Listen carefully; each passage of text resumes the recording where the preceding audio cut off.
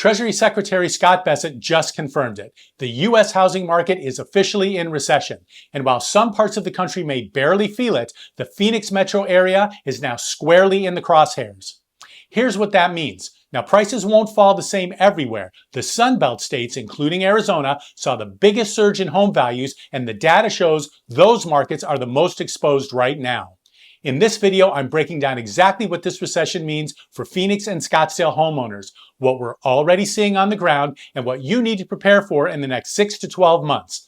Let's get into it. We just got the strongest signal yet from the highest levels of government. The Treasury Secretary has now publicly stated what millions of Americans have been feeling for months. Parts of the U.S. economy, and especially housing, are in a recession. But this isn't just any downturn. This is the story of how the Federal Reserve's own policies may have broken the housing market and what it means for your dream of owning a home. For years, the playbook has been simple. Work hard, save your money, and one day you could buy a piece of the American dream. But for a whole generation, that dream feels a little harder to reach. And now we have a top official pointing a finger at one of the primary reasons why. The very institution meant to stabilize our economy may have pushed housing to its breaking point. This isn't just about charts and graphs. This is about your financial future. Let's break it down. Just a few days ago, Treasury Secretary Scott Bessent went on national television and said the U.S. housing sector is effectively in a recession. Now, while it wasn't a formal government declaration, it was a stunning admission of the reality we're all living in. He was direct,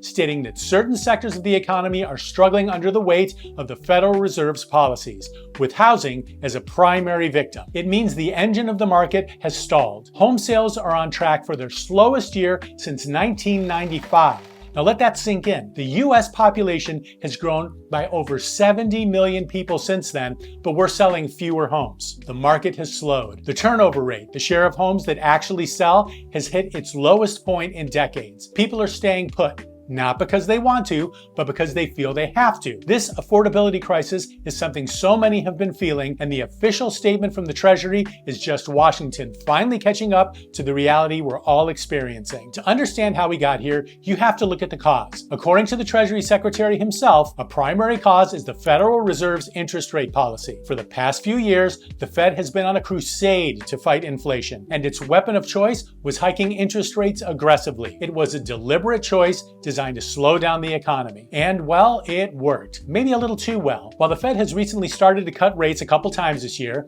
the damage may have already been done. Fed Chair Jerome Powell described these initial small cuts as risk management cuts, meant to guard against uncertainty, not to signal a huge policy reversal. And here's the critical part. The Fed's rate isn't your mortgage rate. Mortgage rates are tied more closely to long-term bond yields, which are influenced by a lot more than the Fed's short-term rate. So even with the Fed making small cuts, mortgage rates have not dropped substantially. As of this week, the average 30-year fixed mortgage rate is hovering around 6.2 to 6.3%. That's a world away from the sub 3% rates that fueled the pandemic housing boom. This has created an affordability challenge. Secretary Bessent has been crystal clear, saying that if the Fed brings down mortgage rates, they can end this housing recession. The message is simple. The very policy meant to help the economy is what hurt the housing market. First of all, let's talk about jobs. A slowdown in housing means a slowdown in construction, which is a massive source of employment. But it's not just construction. Think about all the related industries: appliance and furniture manufacturing,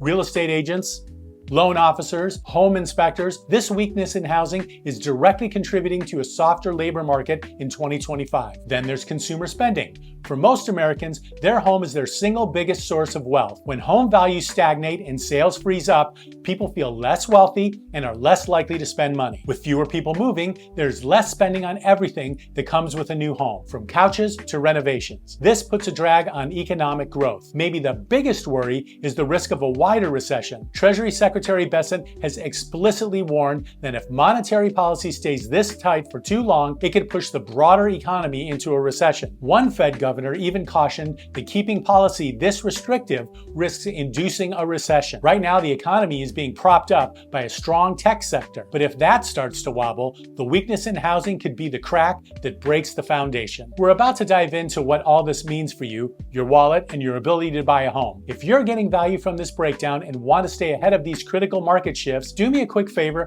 and hit that subscribe button. My whole goal is to give you honest information so you can make smarter financial decisions in this this challenging environment. Okay, let's bring this down to a personal level. What does a housing recession driven by high rates really mean for you? First, a lack of affordability. The numbers are challenging. With mortgage rates still well above 6%, the barrier to entry is higher than it's been in a generation. This has pushed the average age of a first-time homebuyer to a record high. Millions of young people and families who did everything right are having to make some tough decisions. Many are forced to keep renting while their dream of home ownership is put on hold. Second, it's created a phenomenon called golden handcuffs. A huge number of current homeowners, over 70% of those with a mortgage, have an interest rate below 5%. Many are even around 3%. They are locked into their homes, completely unwilling to sell and trade a cheap mortgage for a new, much more expensive one. This is why homeowners are staying in their homes for an average of 11 years, way up from the historical norm of 6 or 7 years. This seller strike is impacting the supply of existing homes, making the market even more competitive.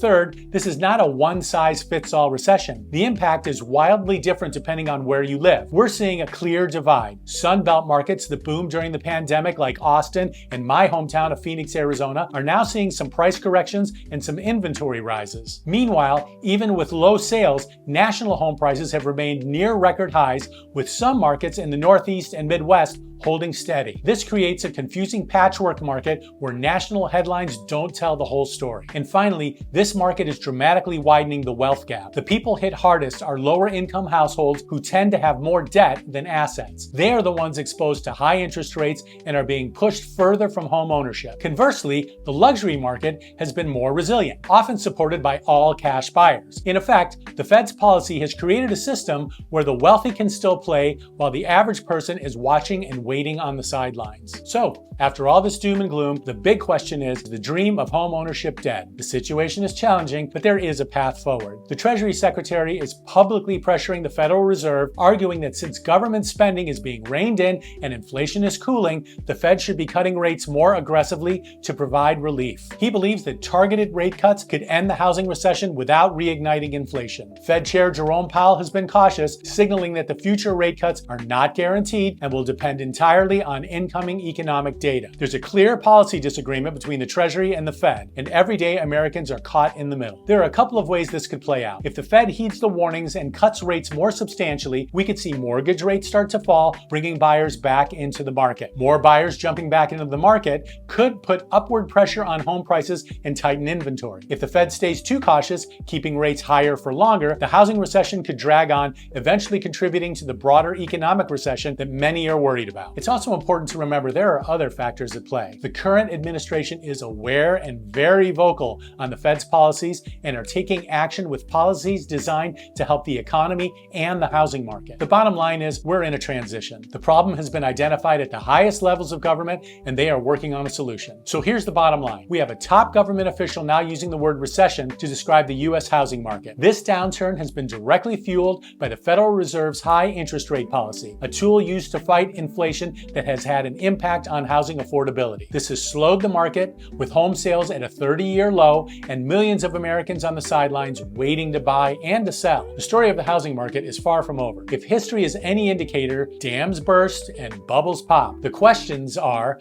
how, when, and will it be a whisper or a scream? Meaning, will lower rates and pent-up demand cause the housing dam to burst and flood the market with buyers and sellers? Or will momentum pick up slowly, creating a gradual transition to a more normal market? I'm really interested to hear your thoughts. What are you seeing in your local neighborhood market? Are prices falling or are bidding wars still happening? I know examples of both. Drop your experience in the comments below and let's talk about it. Thanks for watching. All right, friends, that's going to wrap it up for today. But listen, if you're thinking about buying, selling, or just trying to figure out what all of this means for your home's value, don't guess. Reach out. I've been helping Arizona homeowners navigate this market for over 16 years, and I can help you make a smart move too. And if you haven't already, hit that subscribe button so you don't miss what's coming next, because the market's shifting faster than people realize, and you're going to want to stay ahead of it. I'm Charles Fratantoni with HomeSmart Realty. Thanks for watching, and I'll see you in the next video.